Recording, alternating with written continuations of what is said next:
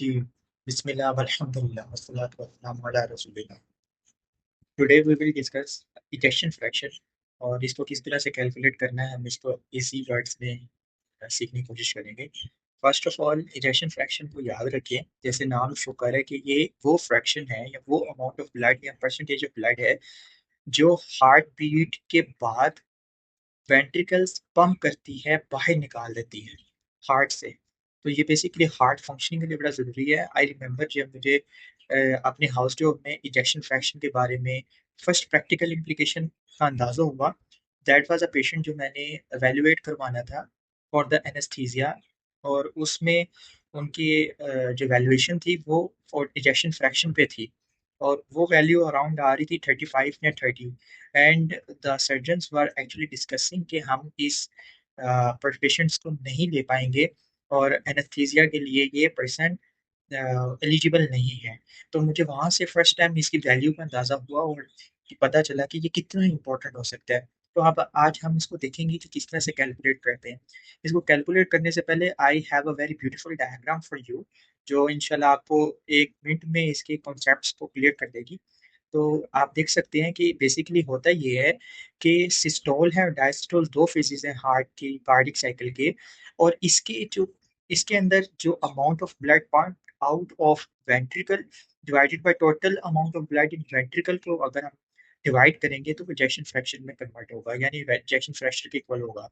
अगर हम इसको और आसान देखें तो amount of blood ejected from ventricle, जिसको हम एक फैंसी टर्म में स्ट्रोक वॉल्यूम बोलते हैं, उसका रेशियो हमने लेना है from total amount of blood in the ventricle, जिसको हम फैंसी टर्म में एंड डायस्टोलिक वॉल्यूम बोलते हैं। ये वो वॉल्यूम होता है जो वेंट्रिकल्स के फिल होने के बाद टोटली प्रेजेंट होता है हार्ट के अंदर। ठीक है, तो ये है हमारे पास and diastolic volume divided by, यानी सॉरी ये हमने डिवाइड करना है स्ट्रोक वॉल्यूम से। अब स्ट्रोक वॉल्यूम क्या है? Basically stroke volume is the difference of systolic and diastolic end volumes. इन दोनों के दरमियान जो डिफरेंस है उसके इक्विवेलेंट होता है। इसको मैं आप लोगों को टिपिकल दिखाता हूँ कि कैसे ये वैल्यूज हमें मिलेंगी। तो बेसिकली ये है इजेक्शन फ्रैक्शन का formula. Ejection fraction is equal two stroke volume divided bye and diastolic volume, जो मैंने आपको दिखा दिया। स्ट्रोक वॉल्यूम वो वॉल्यूम है, ये वो फ्रैक्शन ऑफ ब्लड है जो कि वेंट्रिकल्स पंप करके बाहर निकाल देती है। एंड डायस्टोलिक वो वॉल्यूम है जो वेंट्रिकल्स के फिल होने के बाद वेंट्रिकल्स के अंदर ब्लड होता है। तो इन दोनों का हमने रेशियो लेना है, या यहाँ पे हमने डिवीजन लेनी है इनकी। तो स्ट्रोक वॉल्यूम बेसिकली आपको बताया कि वो वॉल्यूम है जो आउट हो जाता है, और एंड डायस्टोलिक वॉल्यूम वो वॉल्यूम है जो कि वेंट्रिकल्स के फिल होने के बाद रहता है। अच्छा, अब जो स्ट्रोक वॉल्यूम है इसको भी कभी कभार एग्जामिनर्स डिफरेंट तरीके से न्यूमेरिकल में देते हैं। तो उसके लिए आपको दो वैल्यूज का पता हो कि एंड डायस्टोलिक वॉल्यूम वो तो आपको मिलना ही मिलना है, क्योंकि वो तो एसेंशियल कंपोनेंट है पूरे फॉर्मूले का ही, वो मिलेगा। साथ में वो एंड सिस्टोलिक वॉल्यूम दे देंगे। अगर हम इन दोनों की दोनों की सॉरी डिफरेंस लेंगे तो स्ट्रोक वॉल्यूम की इक्विवेलेंट होगा। अब मैं इसकी एक एग्जांपल देता हूँ एज्यूम्ड वैल्यूज के साथ कि एंड डायस्टोलिक वॉल्यूम हमें मिला 120, एंड सिस्टोलिक वॉल्यूम मिला 50।